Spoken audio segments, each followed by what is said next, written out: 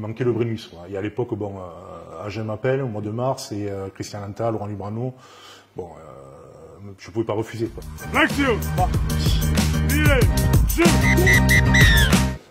Bonjour Jean-Michel, merci de nous accueillir chez toi aujourd'hui pour évoquer ton passé rugbystique et nous parler du SUA. Salut Mathieu, ben écoute, c'est avec grand plaisir. L'US Romans, c'est le point de départ de ta carrière en 1994. Peux-tu nous raconter tes 2 saisons là-bas? Bien, en fait, j'étais au préalable, j'étais dans mon village natal, si tu veux, je jouais en Fédéral 3. Et je pars faire à l'armée. À l'armée, je rencontre pas mal de joueurs qui évoluaient donc à l'époque à Romans. On est champion de France militaire. Et les mecs jouaient tous en groupe B, groupe A2, groupe A.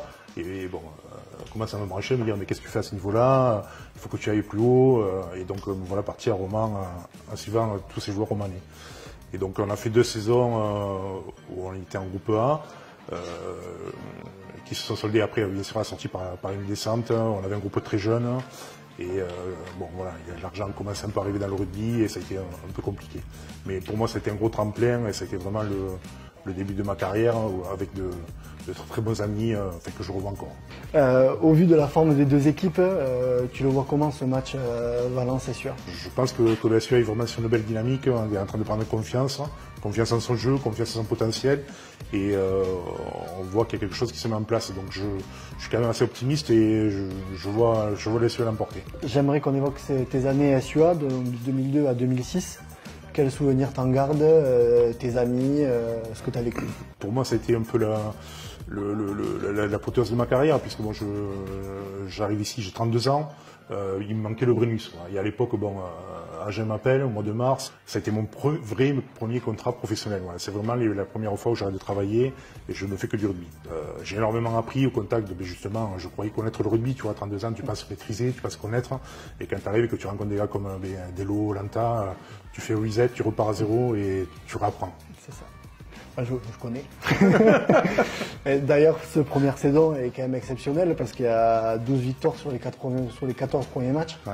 Régis Sonne, qui connaissait bien la maison, me dit bon, tu vas voir quand tu arrives à Agen, c'est pas comme un monde marsan, tu pourras pas sortir après les matchs, ça va être verrouillé. Christian va vous empêcher de faire les 3e mi-temps. De temps en temps, il y en aura, mais bon, ça sera vraiment à dose homéopathique. Mais en fait, d'entrée de saison, on a gagné les matchs amicaux, on a commencé à gagner un championnat et on est sorti tous les samedis. Donc on a vraiment créé des liens forts très vite avec les joueurs que je ne connaissais pas, quoi. Voilà. Donc maintenant, je te ramène en octobre 2002 pour la première victoire du SUA à Perpignan après 43 ans de disette. C'est un moment. T'as bossé quand même. Mais faut se reconvertir comme on peut. C'est un moment fort de ton passage au SUA. Ce que je retiens aujourd'hui, c'est un moment fort parce que non seulement on joue à Perpignan, je joue devant ma famille, devant tous mes amis. Tu vois, pour eux, je revenais au pays jouer avec une grosse équipe.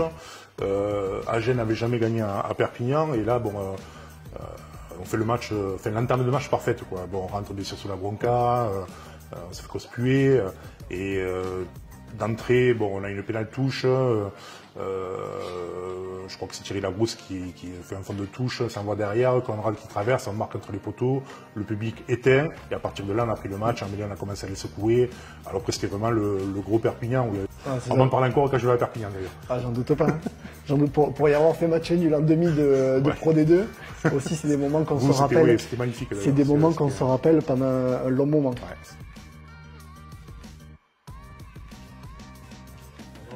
Non, cette demi-finale reste vraiment en travers, quoi. J'y pense régulièrement, c'est quelque chose qui marque, quoi, parce que bon, à 32 ans, on sait très bien qu'on y reviendra. Enfin, ça va être compliqué d'y revenir et voilà, donc ça restera quand même une frustration. Ouais.